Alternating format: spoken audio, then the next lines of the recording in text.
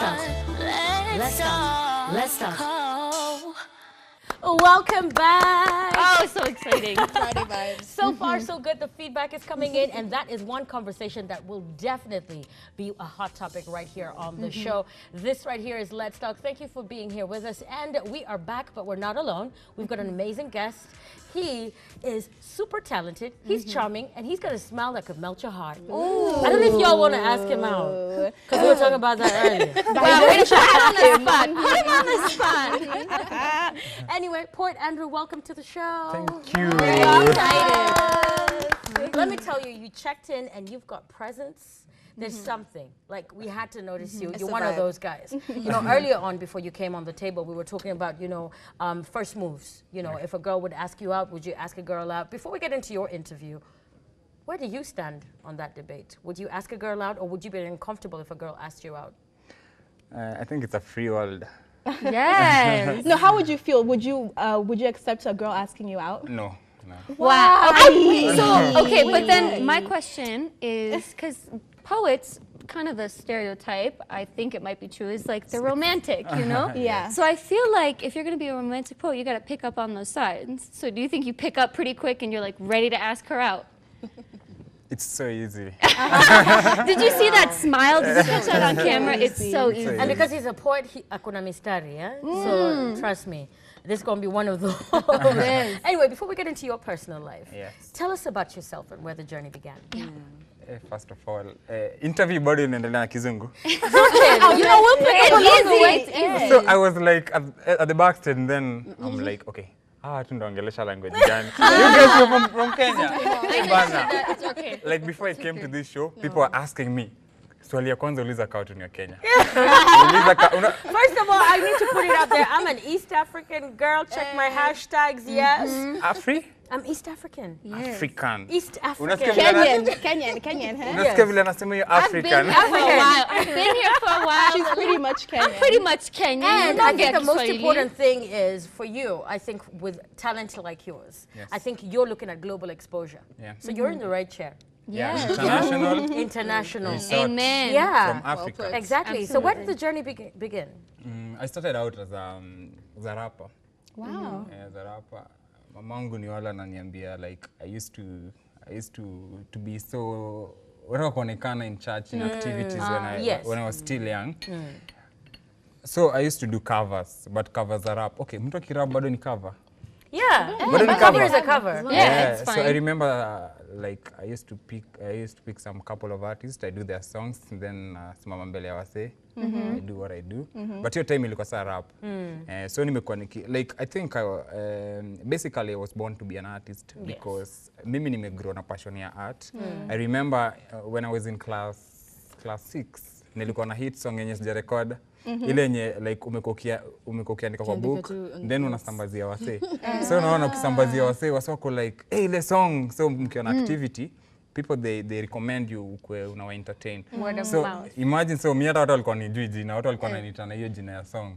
Nikipita unasikia hiyo song, so I was like, yeah, that's me. There you have it. What's the name of that With an song? internal hit. I love that. Ilikuwa inaitwa Wacha Niendelee. Okay. Ilikuwa noma, but sahi. Any of it? No, I don't want to remember it. Okay. He's like, no, I'm not throwing it in right now. We're not throwback. So now how did you move from rapping to being a comedian? A poet. A poet.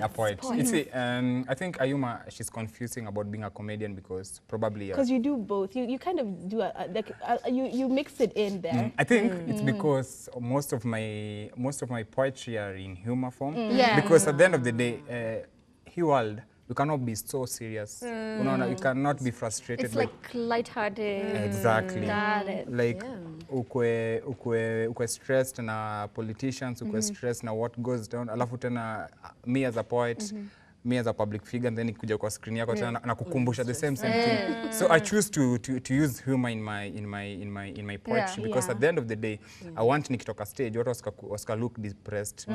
My mentor, by the way, you don't want to add to that like sadness. My mentor is a pastor, so alikuwa ananiambia mbona ma poets ni sadist, whereby you just have to be deep and everything. By the way, and I think as a mouthpiece for society, you have to find ways because there's 1,000 1,000 poets. There's so many of them. Exactly. And most of the time when you hear poet, it's deep and sentimental It's true. Yeah. and sad and everything. So your take on it definitely got people's attention. Has to Because be it's unique. different. And speaking of it being different, how was your reception then as this kind of a poet now? Because you're not like the others. A light poet. Yeah. I remember I was told that I was not serious.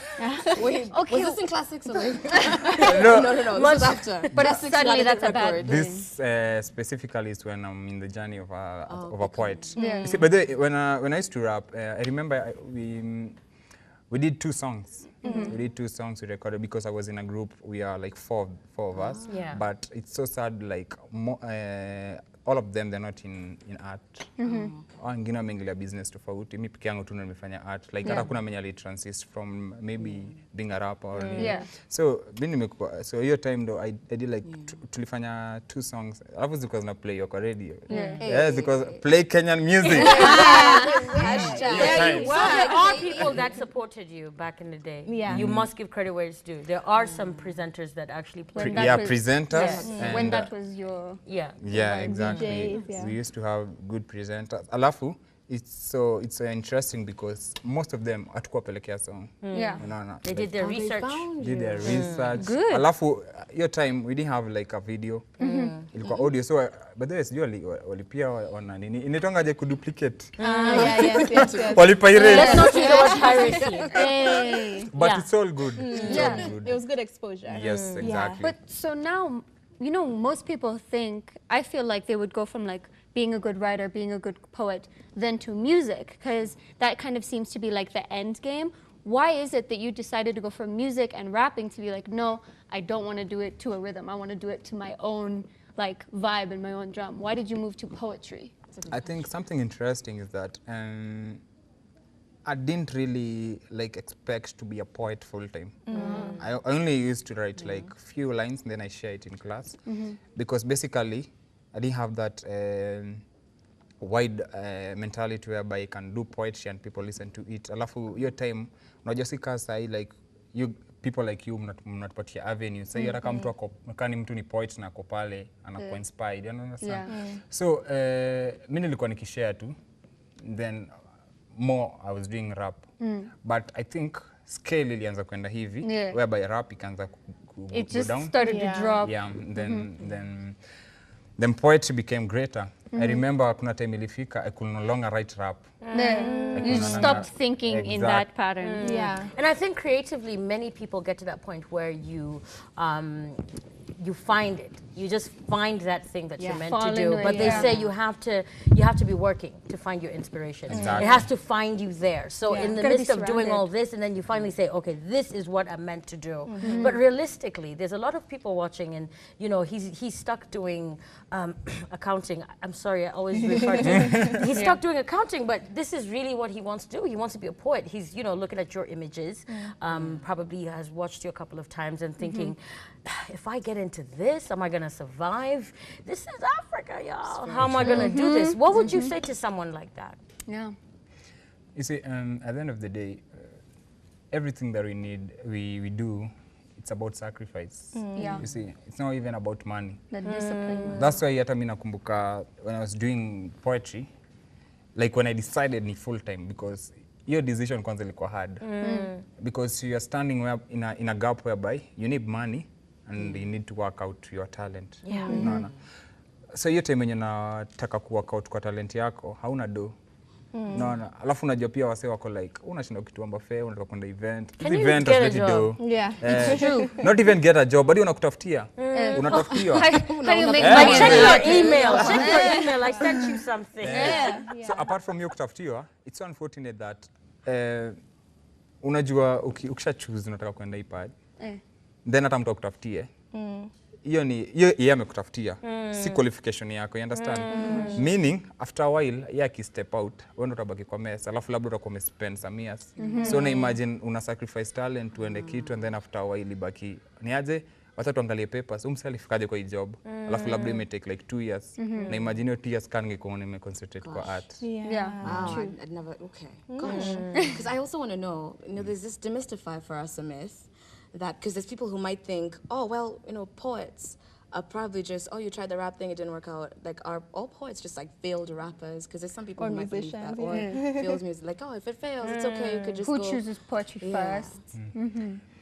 I think before you get your path, you have to, Fail at something. yeah, you have to fail, you have to stumble. Try. Yeah, you have to try because at the end of the day probably naweza kakuwa nafanya poetry na sasa watu wanaona I'm a good poet, nimefika but hata labda sipendi kuwa poet. Unaona, labda tu hiyo ni connection ya destiny yangu. Yeah. Unaona, so hiyo watu wanasema ati poetry ni fail rappers. Yeah. I don't think if your statement ina sound true ama inakaa poa unless waseme your rap imewasaidia into poetry. Yeah. The Yeah, rap that helped sounds them better, yeah. be better It was poets. Yeah, exactly. So point, as a poet, you've said your genre is humor, it's comical, you like to keep it lighthearted. We're gonna get a taste of your sound and your style, because there's people who are probably trying to understand it. You know, like what does that mean? Who would you say is your biggest inspiration, or what is your inspiration? Are we inspiring you right now with our orange table? It could be anything. How do you pick up all the the stuff you want to write about, and what makes you get a poem each other time? And right now, Mali nimefika, it's somehow hard for me to like sit down and write pieces because ya time na labda in and out vitu zenye zina run. So mimi nakuanga inspired like na image. Okay, yeah. So hiyo image inaleta into words. Any image, anything that you Any might. like No, naweza tu na image. I need to. I want to. For example. We're going in for a demonstration. Oh, so you don't write, so it's all from your, like, right then and there. So you Image. freestyle, and you just Freestyle poetry, I like it. You can freestyle, but basically the image that I see, when I transform into words. Yeah. That's unapata unaweza sema kitu, then msee anasema maze tunaishi hivi because hiyo ni image yenye umeona from them. Yeah. So my poetry is basically inspired by the images that I see. Alafu of course Holy Spirit. Yes. I never So, run out yeah. of inspirations. I Yeah. never run Yeah. out of ideas. Yeah. Yes. So when you talk about like now like an image and everything, what people when you're on stage you're called the captain, yeah? And I think that's like the image that you're going for, the captain, the leader. Why did you come up with that? You see, when I started out, we had like poetry ndio hiyo time ilikuwa pia inaingia kwa limelight. You understand? Then one of the creative from one of the shows akasema you need to find out something yenye itakudifferentiate from other people. Unaona? So but hiyo pia ilikuwa another task. So imagine like sasa nitafanyaje? Like alikuwa anasema mtu anafaa kuone alafu anaona. and to get a signature Yeah. thing Yeah. about you. Exactly. So niko like so inamaanisha sasa inaenda kwanza break. Alafu unajua hiyo time sasa unapata zile those I think I'm in the wrong field. Yeah. I think I'm doing the You're wrong. being tested at that time. I think anytime from now my parents are going to call me niende back. Unaona? So it's so interesting. After a while kitu yenye nilifeel, kitu yenye nilifikiria. Nikaenda nikashare na mentor wangu nikamwambia I think captain ina work better. Okay. Hata sijamaliza kusema kwa like I was thinking like that. Manze, so ikakuwa connection until up to now unaweza pata like naweza hata like mtu tu ana random ana kucall ama mtu na meet random hata kujuika poet and ananiita captain, iko like I think nimeachieve in terms of branding, in terms of the image. So I have a bit of like a weird question.